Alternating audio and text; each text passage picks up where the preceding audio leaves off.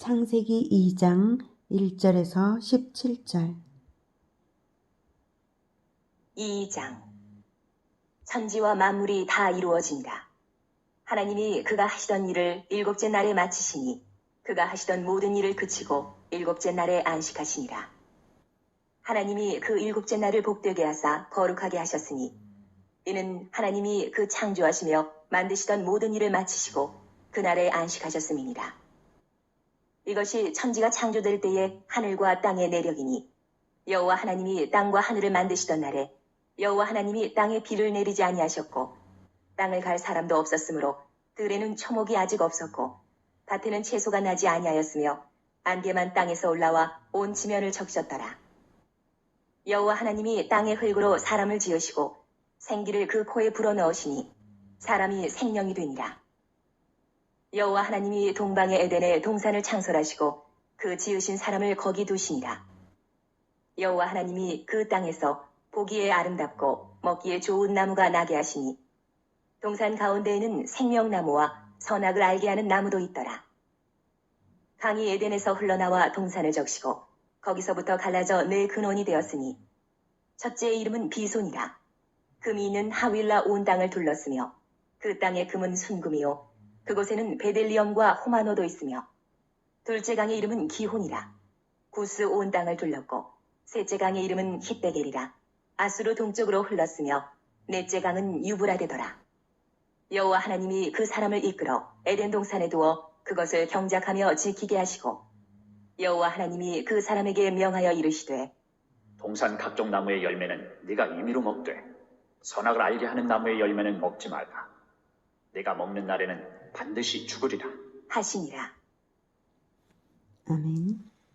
사랑하는 형제 여러분, 4월 16일 목요일 예수제자교회 새벽 묵상에 오신 것을 환영합니다. 1절에서 3절까지는 천지창조를 완료하시고 안식일을 제정하신 것이 보도가 되고 있습니다. 4절에서 이것이 천지가 창조될 때 하늘과 땅의 내력이라고 하시죠. 내력은 대략의 역사를 다시 말하는 건데요. 1장에서 전 우주 창조 가운데 인간의 지극한 지위를 조명했다면 2장에서 다시 조명하는데요. 인간의 구원 역사, 구속사라고 하죠. 구원 역사의 시작으로서 인간 창조의 지극한 지위를 조명하는 것입니다. 1장에서 인간이 하나님의 형상대로 창조된 것을 봤죠. 천사조차도 하나님의 형상대로 창조했다는 말이 없는데 인간은 하나님의 형상대로 창조된 유일한 피조물입니다. 2장에서는 그 창조의 과정에서 지극한 대접을 하나님께서 인간에게 해주시는 것을 보게 됩니다. 7절. 여호와 하나님이 땅의 흙으로 사람을 지으시고 생기를 그 코에 불어넣으시니 사람이 생명이 되니라. 사람은 모든 피조물의 창조와 달리 아주 지극하게 창조되었습니다. 그것은 생명이 되게 하신 것입니다. 동물의 경우에도 흙으로 지어졌지만 생명이 되게 하지는 않으셨습니다. 그러므로 동물의 생명과 사람의 생명은 본질적으로 차원이 다른 생명입니다. 그러므로 육체적인 특징이 인간과 동물이 비슷하다고 해서 인간이 동물 중에 하나라고 생각하는 것은 큰 오해입니다.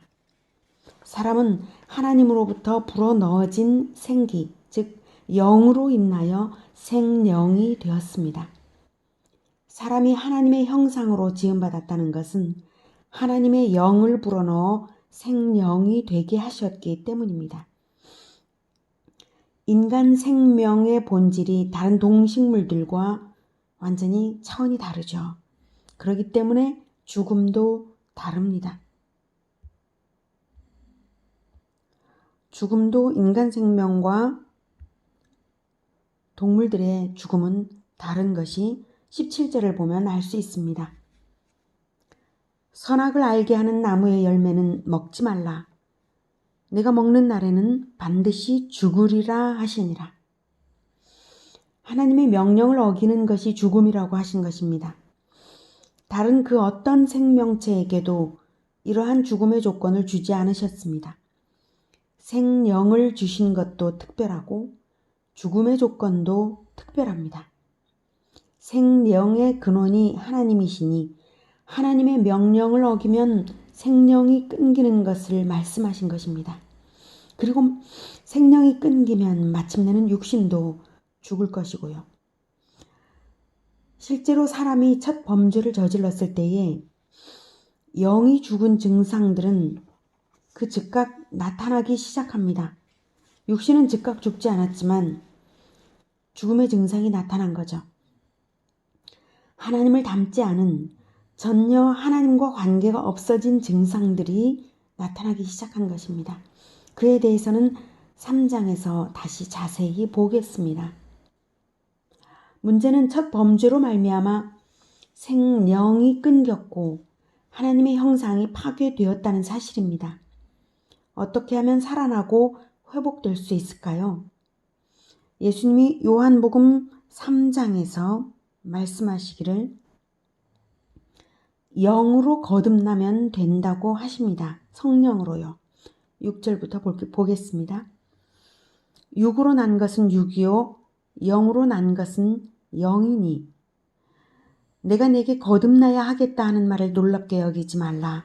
바람이 임의로 불매 내가 그 소리는 들어도 어디서 와서 어디로 가는지 알지 못하나니 성령으로 난 사람도 다 그러하니라. 성령으로 난다고 말씀하시죠.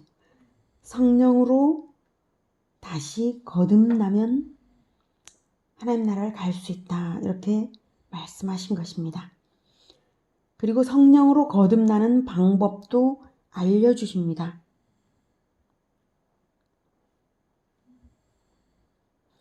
모세가 광야에서 뱀을 든 것 같이 인자도 들려야 하리니 이는 그를 믿는 자마다 영생을 얻게 하려 하심이니라. 14절 15절에 나온 이 말씀은요. 모세 시절 이야기인데 불뱀에 물려 죽어가는 백성들을 살릴 대안을 하나님이 주셨습니다. 장대에 높이 구리뱀을 만들어 매달아서 그것을 보면 살도록 하셨습니다. 그처럼 예수님도 높이 매달려야 할 것이고 높이 십자가에 매달린 그 예수님을 믿는 자마다 영생을 얻게 된다라는 말씀입니다. 그리고 그 영생을 얻는다는 것은 성령으로 거듭나는 영생입니다. 사람을 되살리는 일도 하나님의 영을 다시 불어 넣으심으로 이루십니다. 그리고 다시 살리기 위해서 하나님의 아들 예수님이 죽으셔야 했다는 충격적인 사실입니다. 그런데 만약 첫사람이 하나님의 명령을 어기지 않았다면 어떻게 되었을까요? 다시 창세기 2장 17절로 돌아가 보겠습니다. 선악을 알게 하는 나무의 열매는 먹지 말라. 내가 먹는 날에는 반드시 죽으리라 하시니라. 다시 선악을 알게 하는 나무의 열매를 먹지 않았다면 죽지 않았다는 것을 알 수가 있습니다. 생명인 인간에게 부여하신 놀라운 점이 다시 발견되는데요. 선악을 알게 하는 나무의 열매를 먹지 말라. 내가 먹는 날에는 반드시 죽으리라. 이 말씀의 이 표현의 다른 측면은 내가 먹지 않으면 살리라입니다. 하나님께서 말씀하시는 살리라, 즉 생명은 100년이나 1000년을 말씀하시는 것이 아닙니다. 영원한 생명이죠. 하나님은 선악과 언약의 순종을 조건으로 하는 영생을 보장하신 것입니다. 창조주 하나님은 피조물인 인간과 계약을 맺고 계십니다. 놀랍지 않습니까? 다른 그 어떤 피조물과도 계약을 맺지 않으셨고 또 그러실 필요 자체가 없습니다. 창조주께서 무엇이 아쉬워서 피조물과 계약을 맺어서 스스로 얽매일 필요가 있습니까? 전혀 그럴 필요가 없으신데도 하나님은 인간과 언약을 맺으신 것입니다. 참으로 놀라운 은혜입니다. 그리고 인간이 하나님과 나란히 계약의 두 당사자가 되었다는 놀라운 사실입니다. 인간이 계약 능력이 있다는 증거입니다. 자유의지가 부여되었기 때문이죠. 언제 따로 부여된 것이 아니라 하나님의 형상이기에 그러한 것입니다. 그 어떤 피조물에게도 없는 것입니다. 그러므로 인간은 선악과를 먹지 않을 수 있는 자유의지가 충분히 있었습니다. 계약 능력이 있었으므로 계약을 지킬 능력도 충분히 있었습니다. 하나님은 인간을 지극히 존귀하게 창조하셨고 지극히 존귀하게 대접하셨고 지극히 놀라운 영광과 행복을 보장하셨습니다. 단 한 가지의 순종을 조건으로 말입니다. 하나님이 우리 인간에게 행하신 호의와 은혜가 참으로 놀랍습니다. 우리가 인간으로 태어난 것만도 놀라운데 죄 가운데 있었지만 예수님을 믿어 성령으로 거듭나 하나님의 자녀로 나게 하신 것, 이제 다시 영생이 회복되게 하신 것 역시 영원히 찬양할 수밖에 없는 것입니다. 예수님을 영접하여 거듭나셨습니까? 그렇다면 다시 하나님과의 언약 관계가 회복되셨습니다. 성령의 인도하심을 따라 순종하는 생활을 하고 계십니까? 먹지 말라.